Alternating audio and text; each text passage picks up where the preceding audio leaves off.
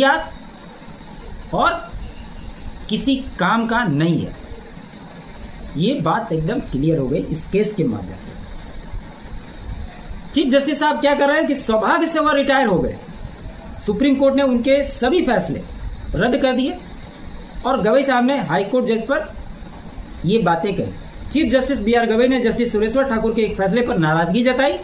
उन्होंने कहा कि ठाकुर के फैसलों में अस्पष्ट भाषा थी। सुप्रीम कोर्ट ने भी उनके कई फैसलों को पलटा था। एक मामले की सुनवाई के दौरान सुप्रीम कोर्ट ने ठाकुर के फैसले को फिर से जांचने की बात की थी।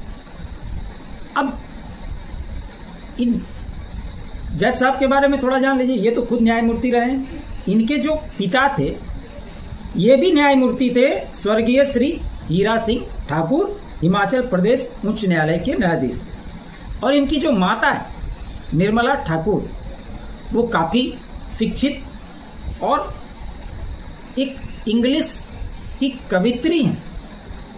और इन जो जज साहब हैं राजेश्वर ठाकुर साहब को, इनको जजमेंट लिखने नहीं आता इंग्लिश में, जो कि दूसरे लोग पढ़ नहीं पाते हैं। अब आप सोचिए कि कैसे कैसे लोगों को पकड़ करके चीफ जस्टिस के कुर्सी पे बैठाया जाता है, जस्टिस बनाया जाता है हाई कोर्टों में। अभी तो ये सब शुरुआत। और इनकी पढ़ाई सोचिए ना, एडवर्ड स्कूल शिमला में इनकी पढ़ाई हुई थी और यहीं से ये पास आउट थे। पंजाब और हरियाणा हाई कोर्ट के जस्टिस सुरेश्वर ठाकुर के रिटायर होने के 3 महीने बाद शुक्रवार को सुप्रीम कोर्ट के मुख्य न्यायाधीश बी आर गवई ने उनके एक फैसले पर तीखी प्रतिक्रिया दी। बी आर गवई ने कहा कि सौभाग्य से उन्होंने न्यायाधीश का पद छोड़ दिया। चीफ जस्टिस ने यह प्रतिक्रिया ठाकुर के निर्णयों को अस्पष्ट भाषा और तर्क को समझने के सर्वोच्च न्यायालय के न्यायाधीशों द्वारा बिताए गए कष्टदायक समय को याद करते हुए दी।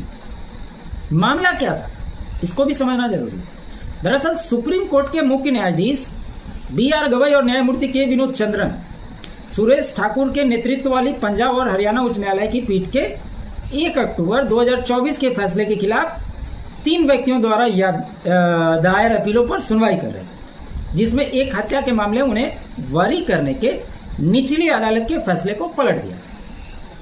अभियुक्त और शिकायतकर्ता की ओर से क्रम से पेश हुए अधिवक्ता सिद्धार्थ दवे और नरेंद्र हुड्डा ने ठाकुर के फैसले से हैरान थे और मुख्य न्यायाधीश के सुझाव से सहमत थे कि बरी किए जाने के खिलाफ हरियाणा सरकार की अपील पर उच्च न्यायालय द्वारा नए सिरे से फैसला लिए जाने की आवश्यकता है।